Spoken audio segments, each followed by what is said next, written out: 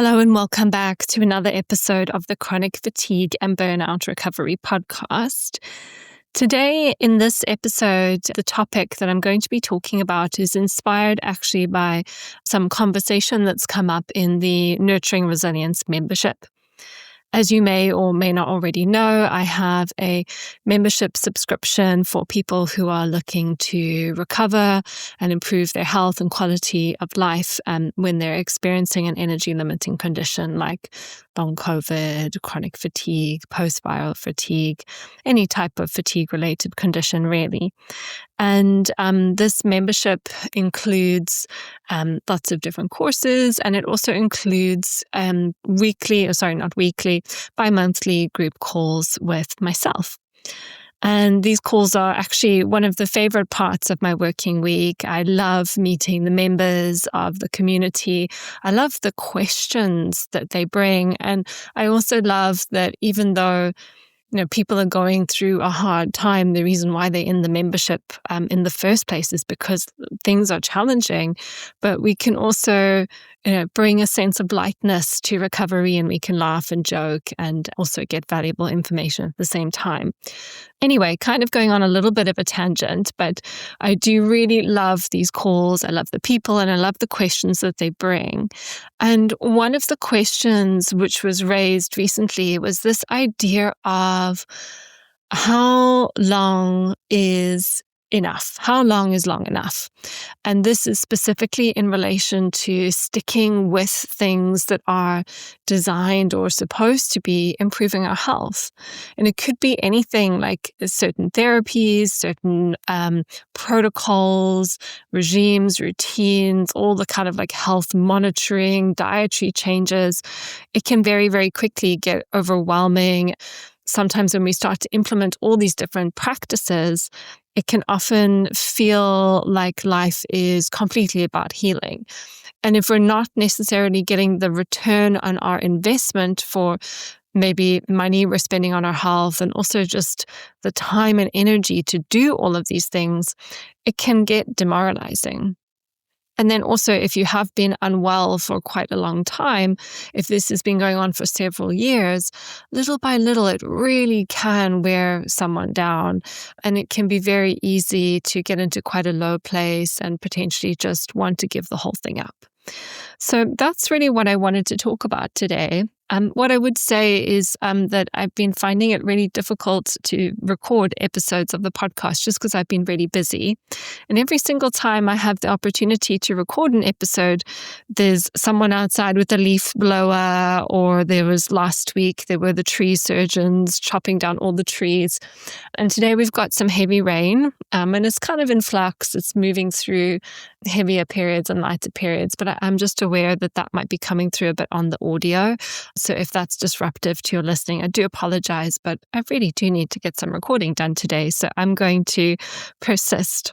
But anyway, back to this dilemma of how long is long enough to stick with things when you don't necessarily feel that they're working. And so here, I want to paint the picture a little bit. Maybe you've been ill for a long time.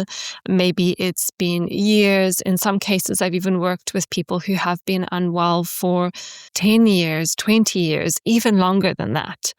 Perhaps you've seen different practitioners. You've seen your traditional doctor, you've seen a naturopath, you've seen a nutritional therapist, you've seen a functional medicine doctor, and everything else in between, I don't know, a herbalist.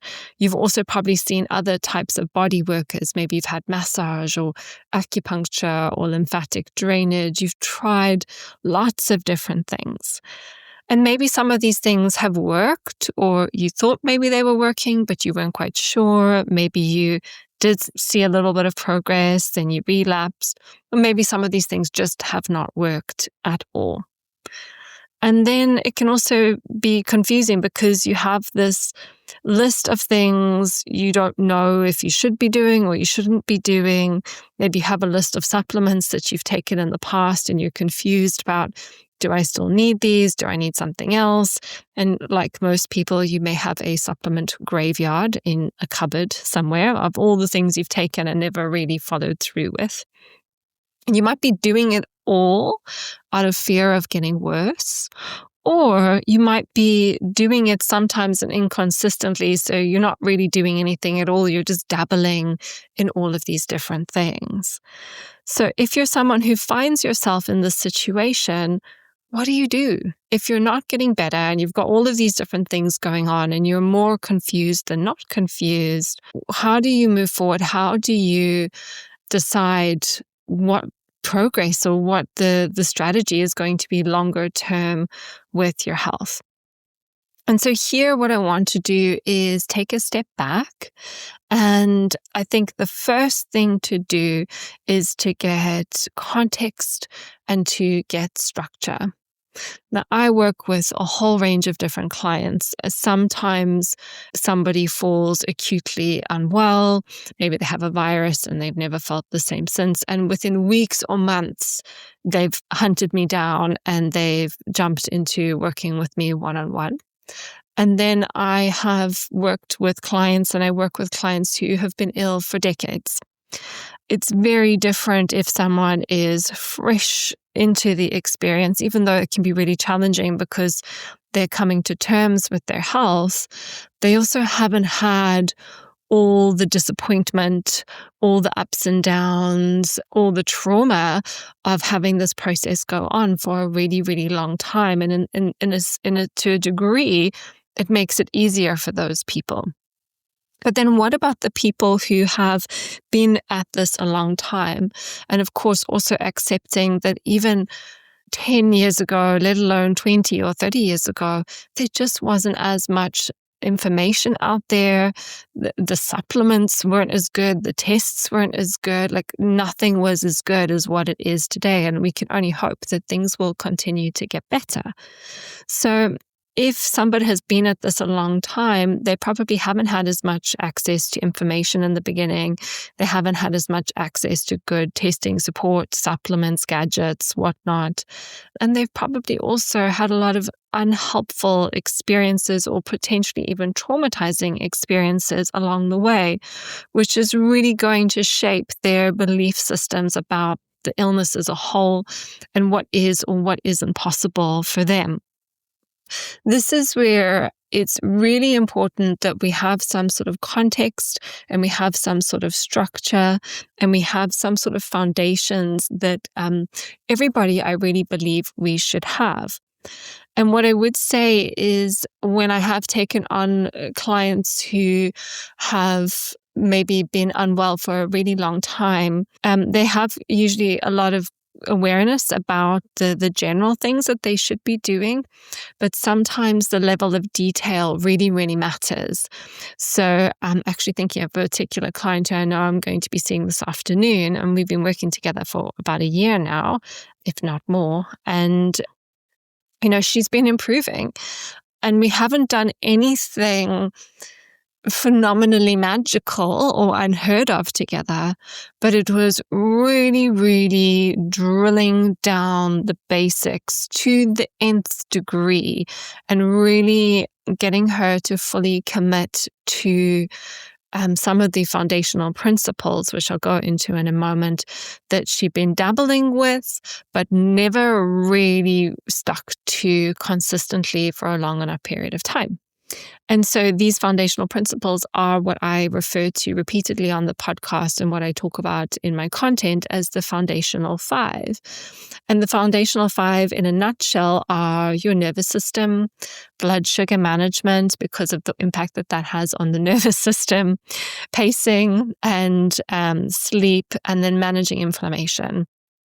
So it's beyond the scope of this podcast episode to talk about each of these in detail. But the good news is I've got loads of other episodes where I do talk about these in detail.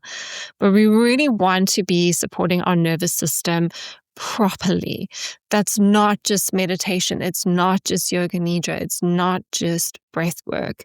It's actually getting connected to the sensations in the body, learning how to build capacity to tolerate positive sensations, learning how having and building our capacity to tolerate more challenging sensations, and being able to pendulate, which means moving in between the two. So I can move into more regulation, I can move into more activation without getting stuck there or shutting down. It's not just about trying to be calm all the time, it's actually trying to grow our capacity. And so we want to be working on this, and it's such an essential part of our recovery. We need to be mastering our blood sugar, because if we're having blood sugar highs and lows throughout the day, that's going to destabilize our nervous system. It's going to increase inflammation. It's going to destabilize sleep potentially as well. I will say here again is like probably 90 to 95% of the people who come and work with me, whether they're in the early stages of their journey or the later stages of their journey, have not yet mastered their blood sugar.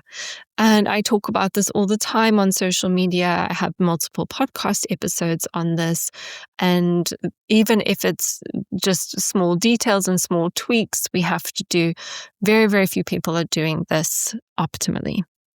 Pacing, I've got an episode on pacing, but I see a lot of people not pacing properly. And some people might do the trend I tend to see, even if people think that they're pacing properly, is they do too much and then they have very long periods of rest, which they call pacing, but actually it's more of like a mini boom and crash cycle. So we want to really restore the natural rhythm of activity and rest. And what I find some people need to do is actually need to do less activity and take more rest more frequently in the beginning until they build up their capacity again. We want to be sleeping well and managing sleep. That can sometimes be a really tricky thing for people to do. I have worked with some clients who've really struggled with this, but working on your nervous system, supporting your blood sugar, and working on pacing will all help your sleep. One of the biggest reasons I see why people don't sleep well is because of the state of their nervous system. Another reason is because of nighttime hypoglycemia, which is then increasing their adrenaline in the night and waking them up. And then many people get overstimulated in the day because they aren't pacing properly, and that interferes with their sleep at night. And so then the final one here is managing inflammation. Now, this is where we can go down a bit of a rabbit hole because there's so many things to actually look at here in terms of managing inflammation. But the basics I would say that someone would want to have would be a good diet and toxin avoidance. And that might be toxins coming through the air that we breathe, the food that we eat, and the water that we're drinking. And in which case, I would say probably quite important for most people to do is to check their home for mold. So coming back to the original question for this episode, which is how long is enough to stick with things? These are things that you stick with forever. These are the things that we need as humans, not just as people who are trying to recover from a chronic illness. As human beings, we need to support our nervous systems. As human beings, we need for long-term health and longevity, good blood sugar regulation. Human beings need to pace. Human beings need to sleep, and human beings need to manage the inflammation in their body, at least on a basic level, which I've said is a good quality food, which links with the blood sugar stability anyway, and then avoiding toxins in our environment. So that stuff is foundational. And that's why I call it the Foundational 5. That's why I've created this membership site, which is committed to teaching you how to do it. But that kind of stuff, there's not how long with that stuff. That stuff I think that everybody should do lifelong, although perhaps as you become more well, there's a bit more flexibility with how strict you have to be. So then we get to the next, I'm going to call this section the healing stuff section. So these are the people who have all the gadgets. They've got the NeuroSim vagus nerve stimulator. They've got the red light. They've got the sauna. They've got the cold plunge or the cryotherapy. They're doing acupuncture. They're doing massage. They're doing parent technique. whatever it might be, these are the things that you probably have more questions around. These are the things where you're probably thinking, I don't know if this is helping me or not. It costs quite a bit of money. It takes quite a bit of time. Do I need to keep on going with these things? And so here, I think obviously it's always going to come down at the end of the day to an individual decision. But I would say if you're somebody who is chronically unwell, my guidance would be do more of what makes you feel good. So if you're questioning whether or not you need to keep on going with your red light, let's say, for example, and you just really love your red light and it gives you joy to use your red light, then that might be something that you want to keep in your life.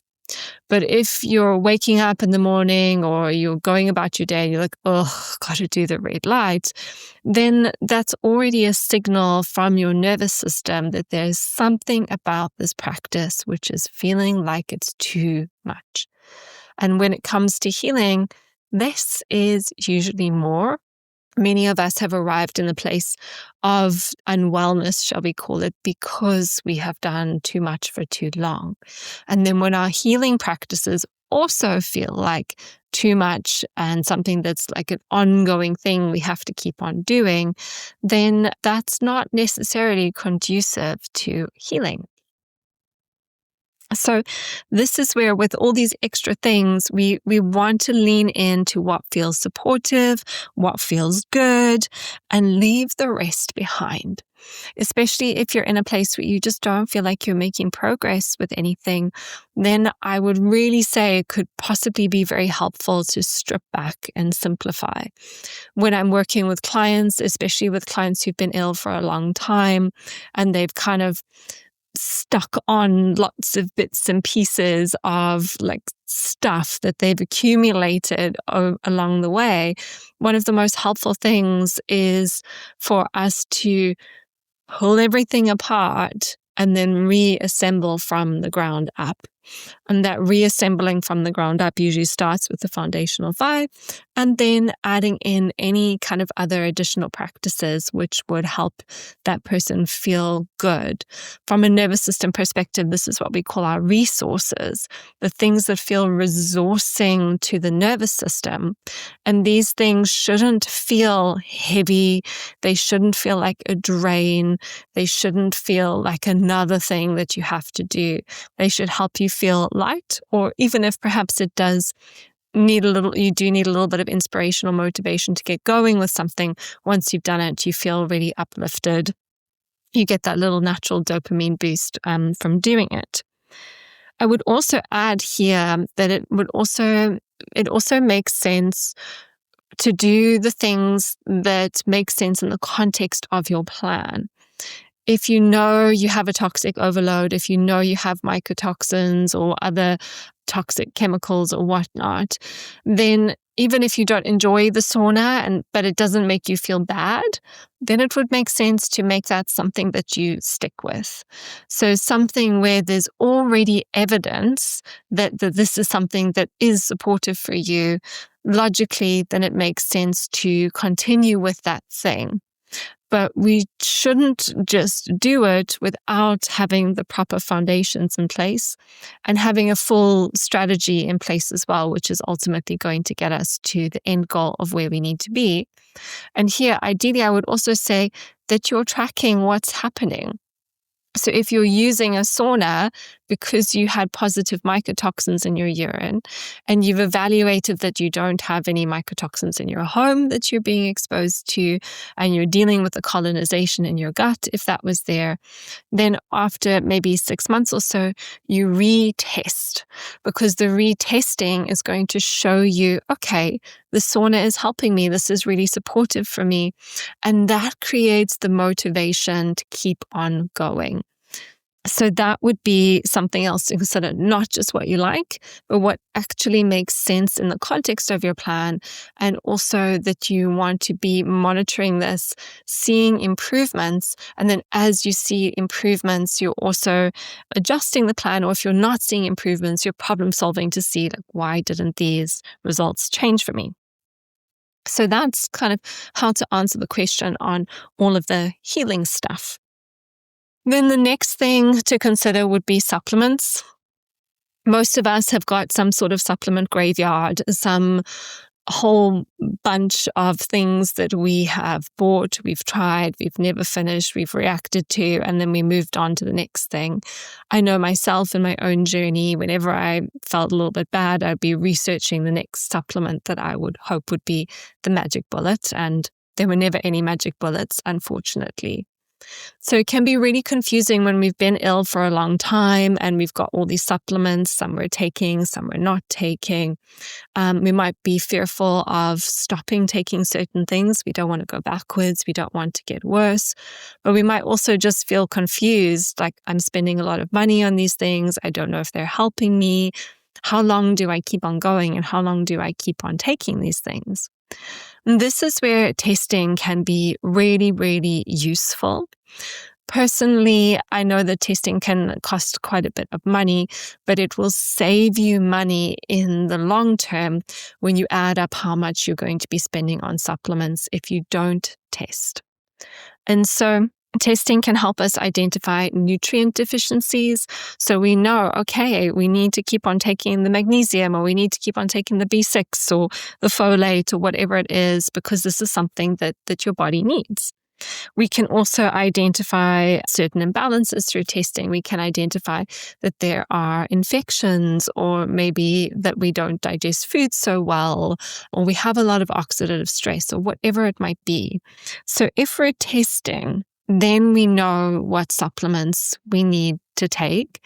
And then, as I said already, is if we've got our foundational 5, we're having a layered approach where we're working through things in a systematic way. We're taking supplements which are appropriate for that protocol.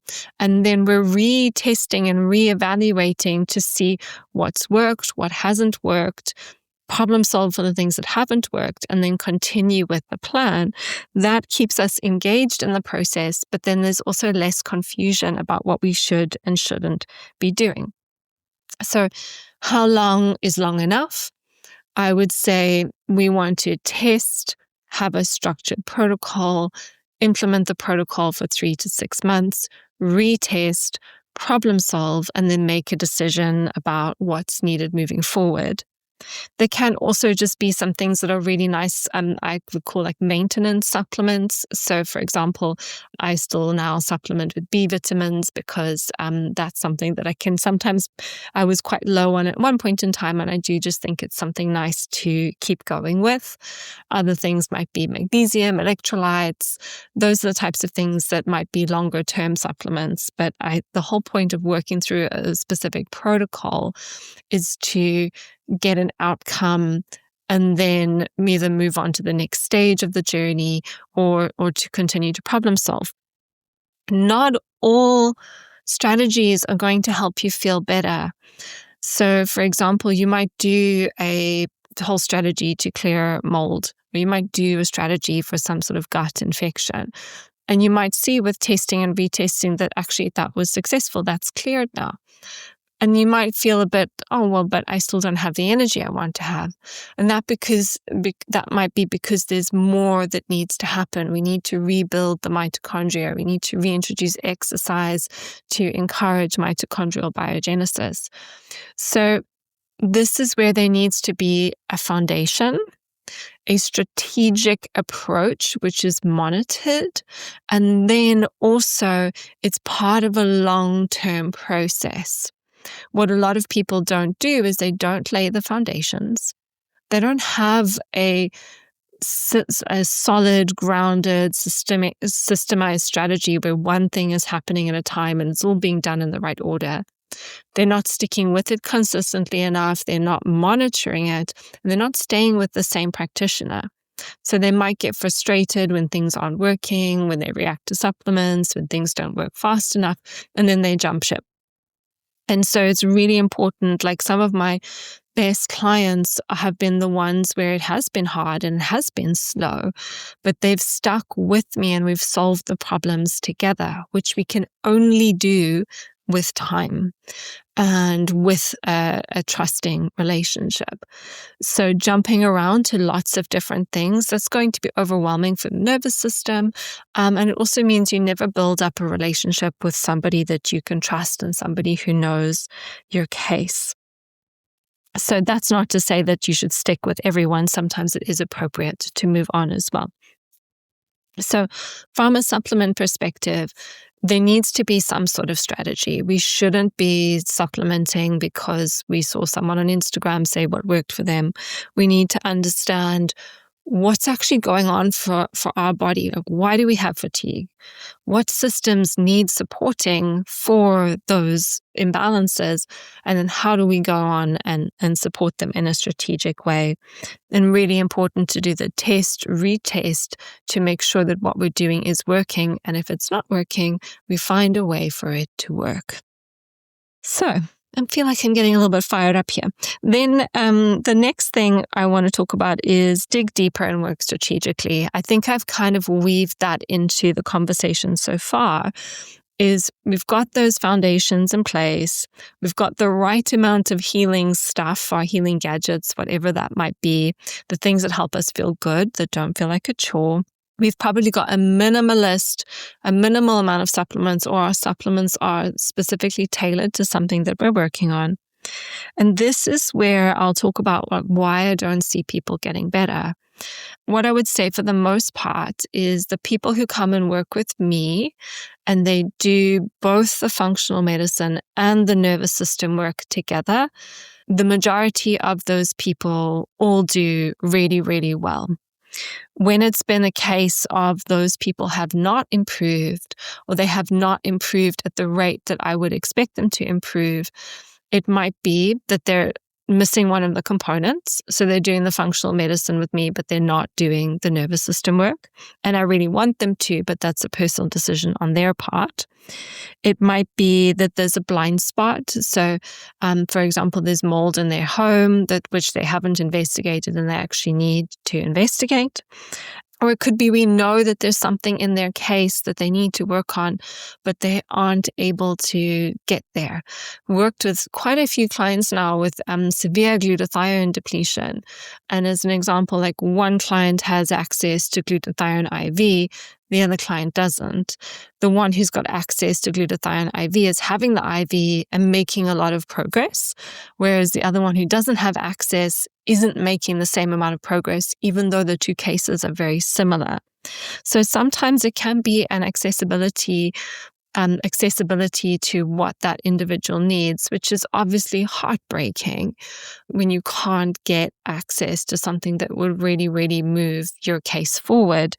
But if we're thinking about like coming back to this particular topic, which is how long is long enough to keep doing things, is when, in terms of everything that I've been saying today, we do need to have these foundations. We do need to have strategy, but we also have to be able to implement the strategy. And sometimes that's when people get stuck, is because they're very sensitive. They can only move so fast, and it just takes longer. And sometimes the changes are really, really slow and really, really small, but they are there. And we just do need to stick with them. And that's where it can be helpful to have someone that you're working with who can help you see what you can't see in terms of your progress as a whole. But I would say like chronic and stubborn infections, probably the sticking point for a lot of people. Being stuck in this sort of very sensitive MCAS kind of histamine situation where even little bits of supplements cause big reactions, that can be another sticking point for people. And sometimes there can be blind spots. This would be something that I've picked up on earlier when working with clients, but sometimes people have got sleep apnea that nobody has ever diagnosed before, and that needs to be addressed before they can move forward with their health. So here I just want to validate as well that sometimes it's okay to take a break. When you have been spending a lot of money, taking lots of supplements, doing lots of testing, seeing lots of practitioners, it can become exhausting emotionally, and your nervous system is probably very depleted and shut down.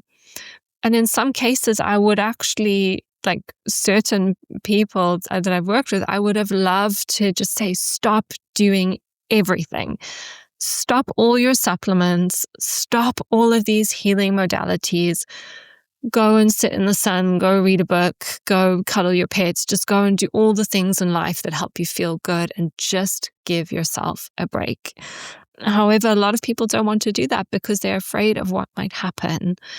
And they're also afraid that means that they're giving up.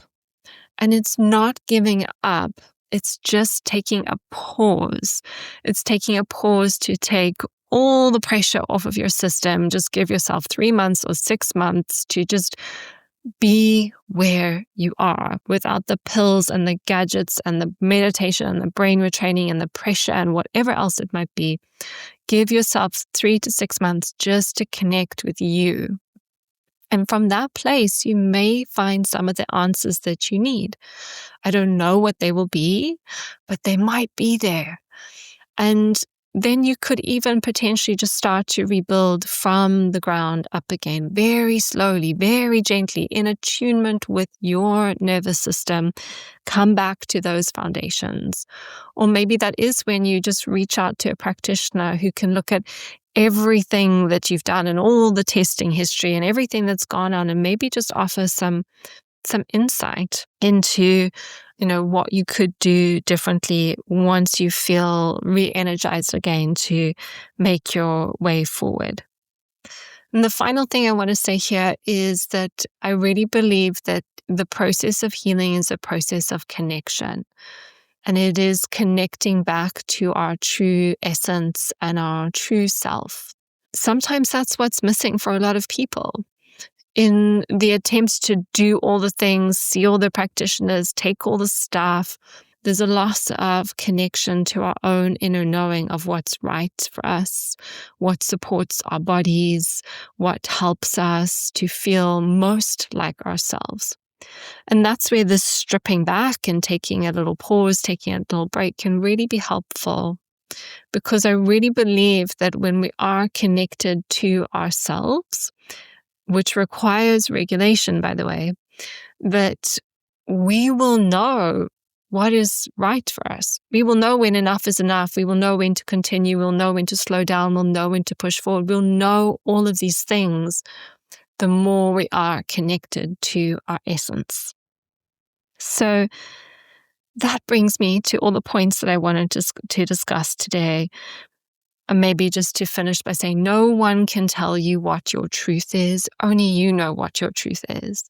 But I hope that through listening to these reflections today, it's maybe given you some clarity around some of your blind spots. I guess the frustration is wanting to get better, feeling like you're doing so much and not seeing the return on that investment.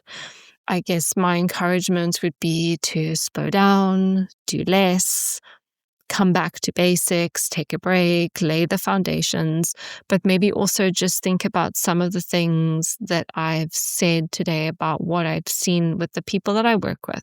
And the things that often are the case are not consistently doing the basics enough to the degree that they need to be done, not having a strategy which is strategic, carefully thought out, paced at the right pace for you, not monitoring, seeing what's working, not working, and then adjusting and the plan and strategy and problem solving as needed.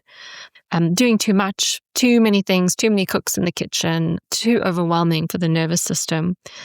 And then ultimately this real disconnection from truth and knowing, which is a journey in itself. So I hope in all of that, there's something there that is useful for you. And maybe just you could take a moment at the end of this episode to just think about one small thing that you would maybe change in your journey after listening and engaging with this content today. And as always, if you have enjoyed listening to this episode, I would love for you to leave a review on Spotify or iTunes. Your reviews help others find the information, get the help they need. And in some cases, this information can really be life-changing for some people. So if you would like to do that now. And I will see you in the next episode.